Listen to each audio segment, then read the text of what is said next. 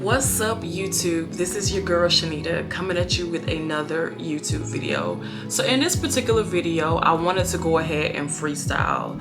And the topic that I'm talking about today is, based on the title as you guys already see, is popular versus unpopular. Okay? And I also want to do like a brief conversation about bias versus unbiased as well, because I kind of feel like popular and unpopular kind of goes hand in hand, as well as with the bias and unbiased. So yeah, so go ahead and grab you something to eat, go ahead and get you a comforter in case you're snuggled up on your couch so you can just tune in. I don't want to make this a super long video, as like I said, this is not scripted. This is just me totally freestyling, and I just want to address some things. Okay, so go ahead, go get yourself, and let's do this. When I look up the definition of popular, it says that it means liked, admired, or enjoyed by many people or by a particular person or group. So with that being said, I strongly believe that we live in a society that is run by popular, or should I say popularity. Okay, and what I mean by that is, for example, I am a growing YouTuber, okay, and my main source of social media is really Facebook, and I think I have a little bit over 4,500 Facebook friends, and I feel like I should have been hit the 5,000 limit, even before they even gave us the choice of having a professional page or professional setting for Facebook, because now they have it to where, you still max out at 5,000 friends, but then they also give you the option of being able to have people follow you, and that following can grow as to, I don't know, maybe even 1 million followers from what I've seen. You guys know what I'm talking about if you have your page set for a professional setting or professional mode. And so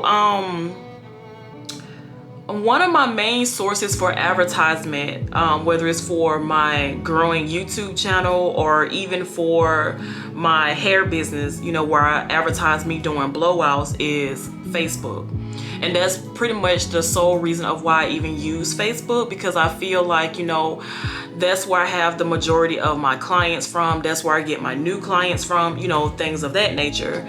So I want to hang on to Facebook because of that. But I also wanted to go ahead and use my Facebook page as a way to get those same people to kind of, subscribe to my YouTube channel, to kind of help me build up my YouTube, because you all know, if you have a YouTube channel, that you have to have a certain amount of subscribers to.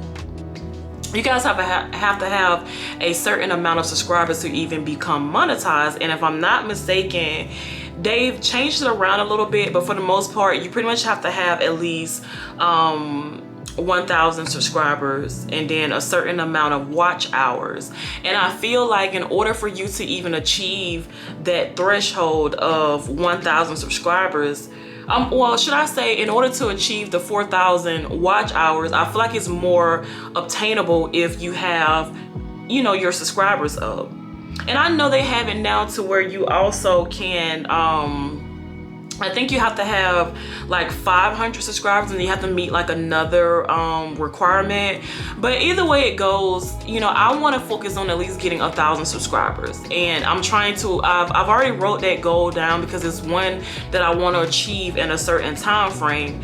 But this kind of goes hand in hand to what I mean about the unpopular versus the popular, or popular versus unpopular.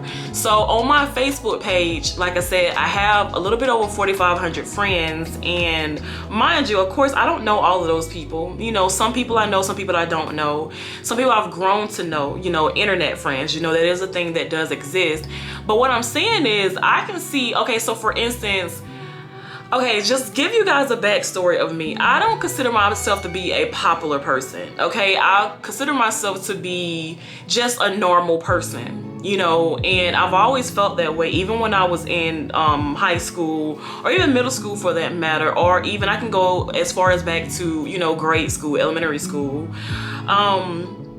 I kind of felt like I didn't fit in with the other people, and I noticed this when I was particularly in the 5th grade. So I don't know if it was because I've always been like a chunky girl. I don't know if it's because I've always been a very beautiful person, but I guess because I didn't dress a certain way that, you know, I wasn't a part of the popular people's clique or group or crowd, so to speak. And so that obviously has carried over even into my adult life. And I know most of you guys probably are parents, so you have children that probably are young or around that age that I'm referring to right now, or even in high school for that matter. But you know, you guys know what I'm talking about, where, you know, your child may come home and they may tell you stories about, you know, the popular crowd. You know, they're wanting to wear their hair a certain way, they wanted to wear, you know, a certain brand of clothing, you know, things of that nature, and they're getting those ideas from the popular people that's in their school or even in some of the classrooms with them. And so, like I said, going back to my personal life, I've never been that popular person, and you know, it really never bothered me. I mean, it happened so long ago, and I just became used to just being just an unpopular person. Well, I don't even want to say unpopular, because I'm not unpopular. I just feel like I just never was one of those ones that was a part of the it crew or that particular clique, so to speak. And so I just secluded myself, you know.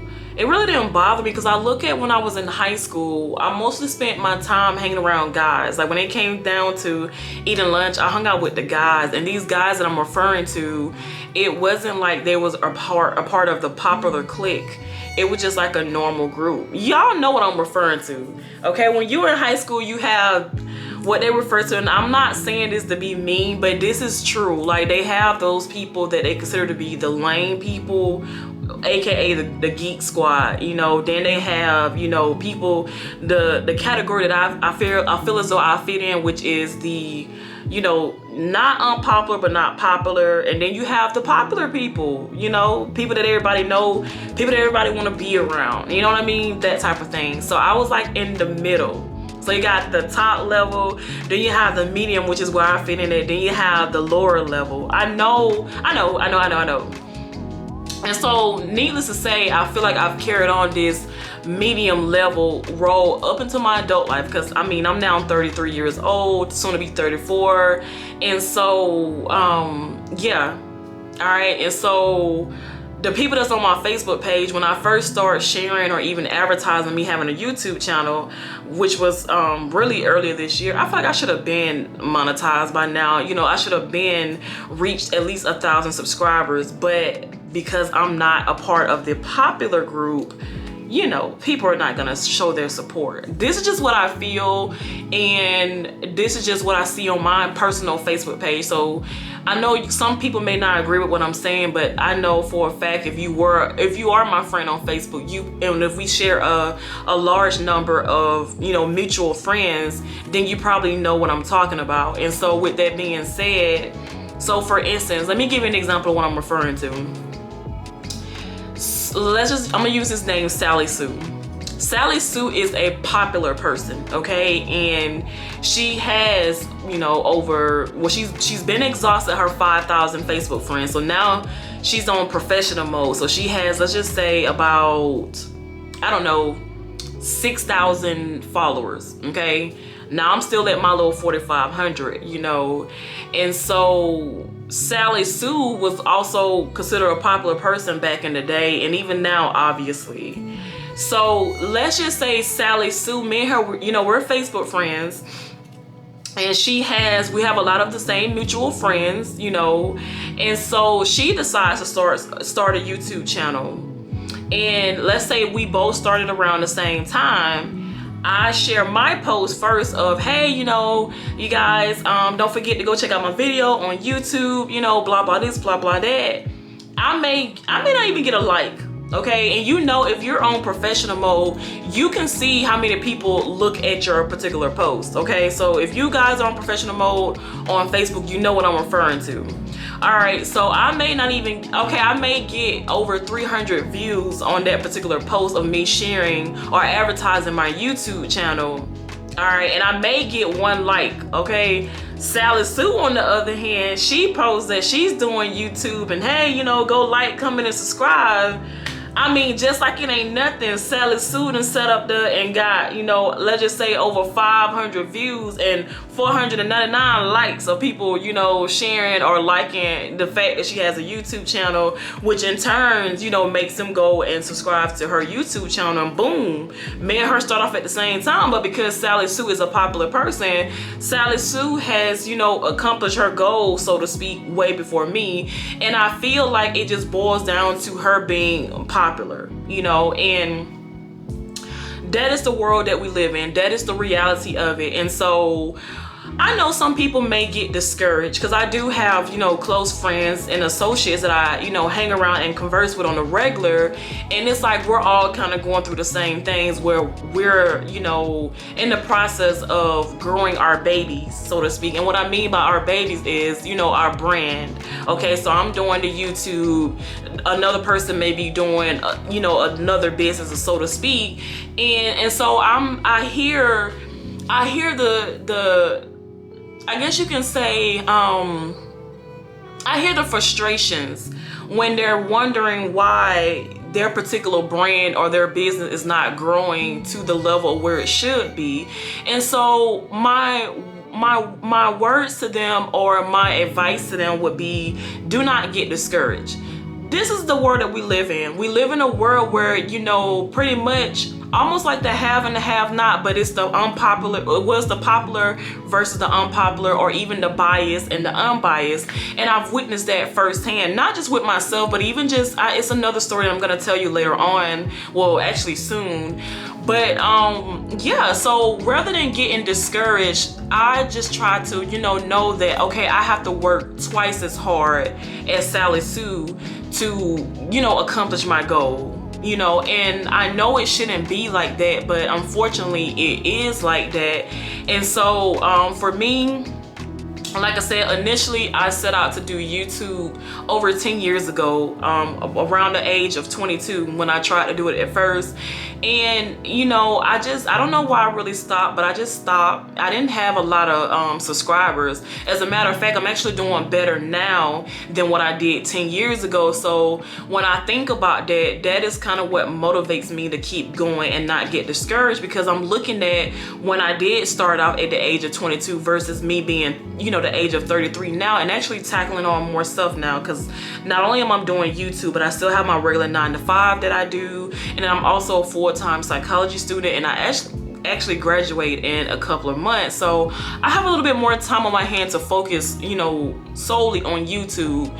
But yeah, so what I'm trying to say is that it does get discouraging sometimes, and it is, you know, a little bit you know, hurtful when I see where I started doing something and, you know, kind of share my ideas or my posts on my social media page, and I don't even get, you know, that same support as Sally Sue, you know, or people like Sally Sue.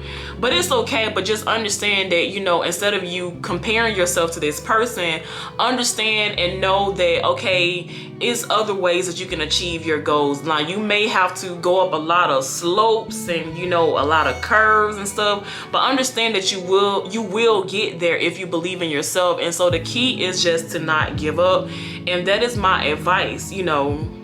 And so like I said, I shared the definition of what popular means, and so when it comes to unpopular, it's pretty much the opposite, you know, not being well liked, not well known. And unfortunately, I think that the world that we live in, a person can be considered unpopular if they don't wear the latest trends. Let's just say the latest, you know, J's or whatever is in style. And Lord knows I've never even owned a pair of J's, and I don't really care too much for them. It's not my thing. But again, I strongly feel like because I don't own a pair of J's, that maybe that's probably why I'm considered, you know, in the medium level of popular or unpopular. I don't know, whatever you want to call it. But yes, so I don't know if it's the area that I live in. I'm in the Columbus, Georgia area, for those that are curious. And I noticed, and it's not just me, I see several people that talk about this. They're very vocal about the fact that, you know, they're not getting that same support as people like Sally Sue, you know, and it can be discouraging. But like I said, just don't give up on yourself. And so another example of what I said earlier about, you know, I've witnessed it firsthand, not just with myself. So storytelling time, okay? Storytelling time. This is a true story, and it happened last weekend, and it's just so, it's sad.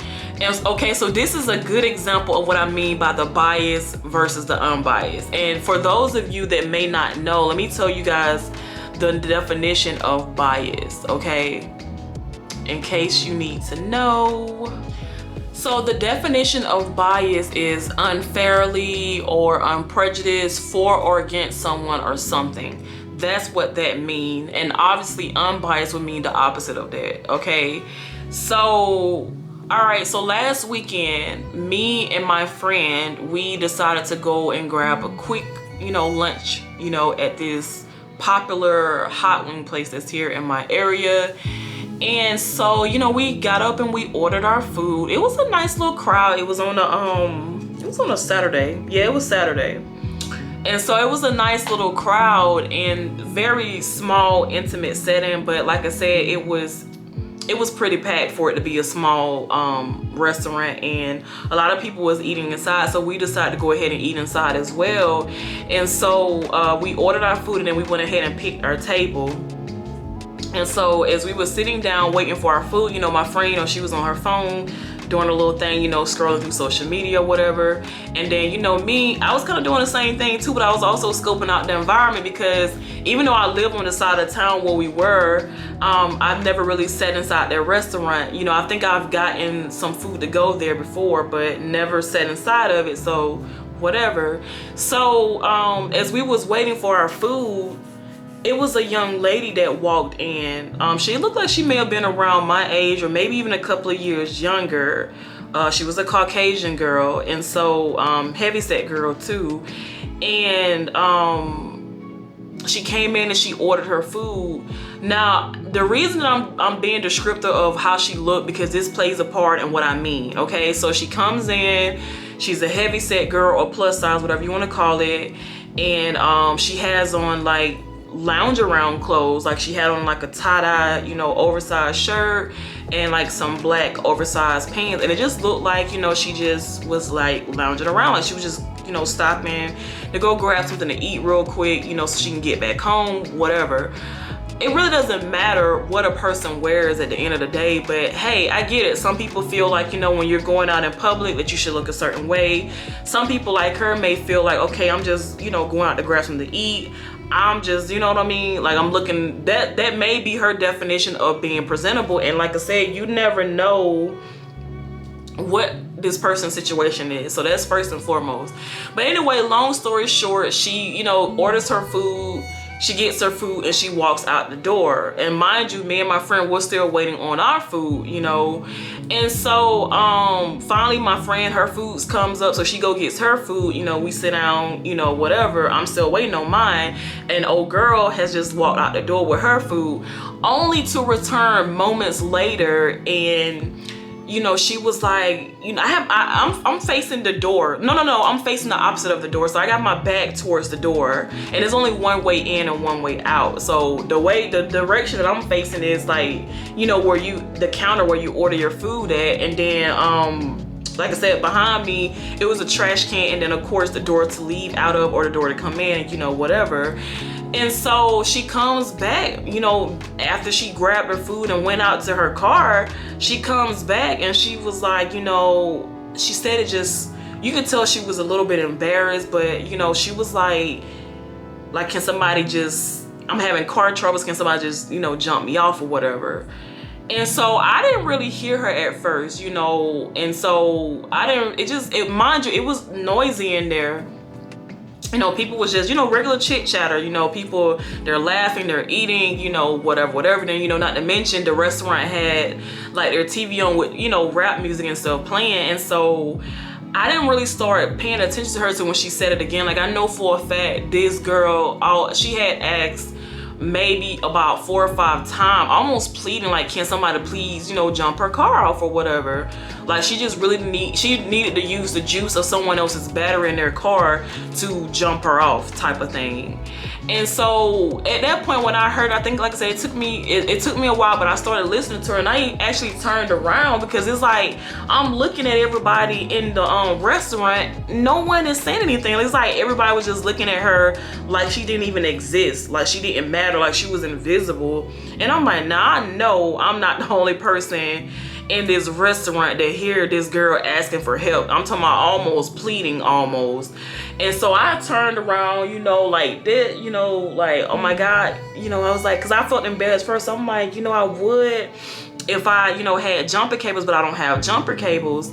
And so she was like, I have the jumper cable. She's like, I just need to use your card, you know, to jump me off or whatever. So I was like, oh, okay. And so as I was getting ready to get up to assist her, you know, or at least go get my car and park it in front of her car, it was these two gentlemen. Like, I'm not sure what their ethnic background was, but I don't even want to say, but it, you know, I think they were may have been Caucasian, or maybe one of them may have even been you know, Hispanic or something like that.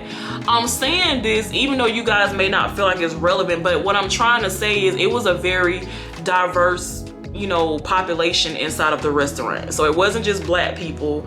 Black people's not the only people that eat hot wings, okay? So it was like a lot of people from different backgrounds inside of that restaurant. And I'm talking about from the workers of the restaurant down to the consumers, okay?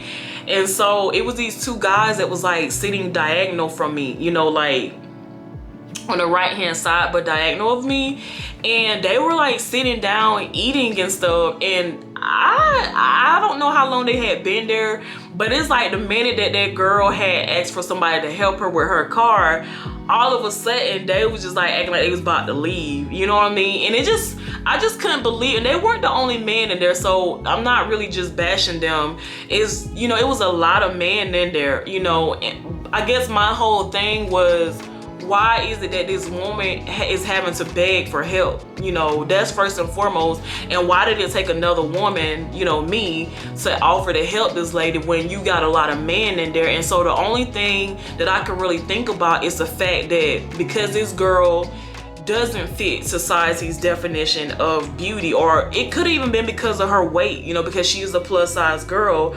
I don't know. It could have been because of the clothes that she had on. It could have been a number of things, but I'm not really sure what it was. But the only thing I could feel and think of is that it was because of how she was carrying herself. Because she didn't have on suitable clothes, it was just like lounge around clothes.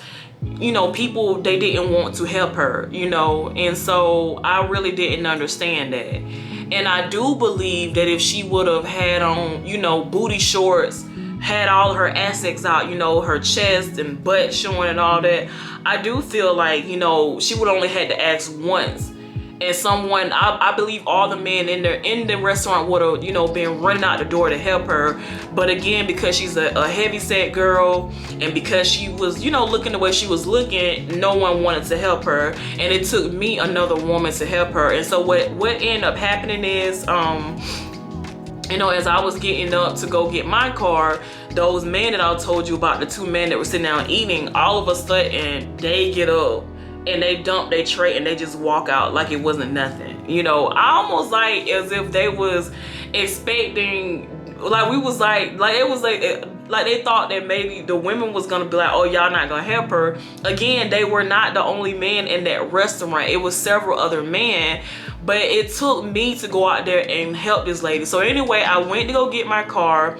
Mind you, the lady's car was parked literally in front of the restaurant. Like, she was like in the fire blocking thing part of the restaurant. And so almost as if she was just really expecting just, you know, go in, grab her food real quick and then leave, you know. So I went to go get my car, parked it in front of her car. It didn't work though. I wasn't able to help her because my battery in my car is not fully accessible, you know, like it's some type of covering on it. but she wasn't able to, you know, hook the jumper cables up correctly. And so we tried like 3 times. You know, I really did. I tried 3 times to help her, and you know, she was like, you know, I appreciate you for at least helping me, you know. And I was just telling her, you know, hey, it sounds like you may have a dead cell in your battery. Because I remember once before I had that same issue. I had to go get a new battery. So I was just telling her, you know, what the issue may be. And she was like, you know, she didn't have the money to get her new battery, which I understand, because we live in a world where everything is, you know, the prices is just expensive. Everything is high, inflation. And so as I was, you know, going back to go park my car, you know, to go back inside the restaurant to eat, there was another guy, he looked biracial. He had his car parked behind her, like on the little fire part of the restaurant. Y'all know what I'm talking about. Like if the fire truck ever has to come out, like parked in front. So, yeah, so she stopped him and was like, you know, hey, you know, if it's not too much to ask, you know, can you help me? And long story short, this guy looked, now he did look young. You know, he looked like he may have been in his 20s. And he, no questions asked, he was like, yeah, you know, give me a minute, let me swerve around, you know, I'll, you know, help you. And I seen this man inside the restaurant, you know, take over. Like he, you know, he hooked up the jumper cables from, you know, to her car, then to his car. And yes, he was able to help her. But like I said, the point of this story, or the point of this video mainly, is to just give you guys an example, or examples of why I feel like popular people kind of rule the world. Like they have it easier than, you know, the people that society would consider to be, you know, less popular or whatever.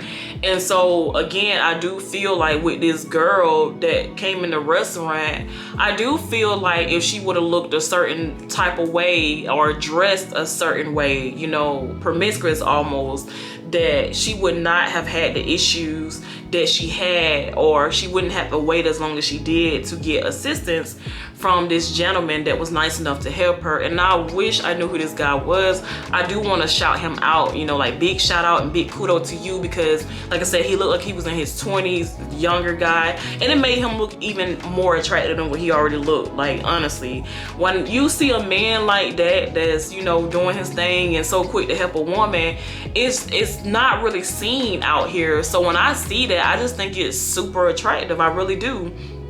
Because we live in a world now where I strongly feel like, you know, men are not doing those manly things that they should have been doing, or should do, that they used to do back in the day type of thing. Like it just doesn't exist. I don't know if it's because of the music that's out here now. I don't know if it's because of COVID. I mean, come on, if all else failed, just blame everything on COVID. Blame it all on COVID, okay? But no, seriously, I just feel like this girl would have got the help that she needed if she looked a certain way. I feel like I would have been monetized by now if I was a popular person. That's the purpose of this video. And I'm not putting this out here to get no sympathy or none of that. I just strongly feel like, you know, this stuff exists. And okay, and what better way for me to address it than to use my platform, which is my growing YouTube channel. And I do feel like once I get to that, you know, a certain level of subscriber monetization, okay, when I get to a certain level of subscribers and when I become monetized, I do believe then all of a sudden people will be like, oh, you know, I rock with Shanita, you know what I'm saying, I rock with her. But no, we're not gonna do that, okay? We're not gonna do that. So just keep that same energy that you have right now. Like I said, I don't even bother to share my channel no more, because I honestly, if you are a YouTuber and you post consistently like myself, then you guys know that, and when you look at your channel, there's analytics on there that you can look at to see who's looking at your videos and all of that stuff. And so most of my support is coming from people that's not even subscribed to my channel, okay? Most of my views and stuff, that's where it's coming from, people that's not even subscribed. So even the people that I have, and I think I'm at like 53 subscribers right now, those, it's only like a small percentage. I'm talking about like 3% or less that's actually looking at my videos. But for the most part, the other 97% is coming from people that's not even subscribed to my channel, which means that those people that are subscribed to my channel, like my family, my friends, so social media friends and all of that, you know, they're not even the ones that's looking at my video. Like, it's coming from non-subscribers, you know. So I feel like if I was like considered this popular person, that I would have been, you know, achieved my threshold of 1,000 subscribers. But because I'm not, I don't have my, you know, assets out. And you guys know what I mean? If you don't know what I mean by assets, I'm talking about your chest out, your butt, okay? All of that stuff. That is not, I guess it's also because I'm a plus size woman. I don't know. But it's a lot of popular, beautiful plus size women that's on YouTube. So I can't really say it's because I'm a plus size woman. I just have to chalk it up to, again, just me not fitting that group or that clique of popular people. Again, the example that I use for Sally Sue, okay? Sally Sue is around here getting checks. She's getting brand deals, you know, way quicker than me. But it's okay. I like the fact that I have to work, you know, twice as hard, okay? I like that. And with that being said, my camera is starting to get really, really hot. So I want to go ahead and just make this a quick video and just let you guys know that please don't get discouraged, okay? Do not get discouraged because you have your Sally Sues that's achieving their goals quicker than you. It is okay. You know, if you have to work twice as hard, that's fine. You're going to get there. So don't worry about that. Don't get discouraged. If you're trying to build a brand, just take it one day at a time and just know that you will meet your goals, okay? Don't get discouraged. Do not look at someone else's journey. You don't know what they had to experience to get there, okay? Your time is coming. And again, I want to just say, hey, this is your girl Shanita C, aka the beauty influencer, okay? I want to just let you guys know. Thank you guys for tuning into this video. You guys could have been on any other YouTuber's channel, but you guys decided to pay she, me, her a visit, and for that, I do thank you. Please don't forget to like, comment, and subscribe if you're feeling this video, if you're digging this channel, okay? And I'll talk to you guys later. Ciao.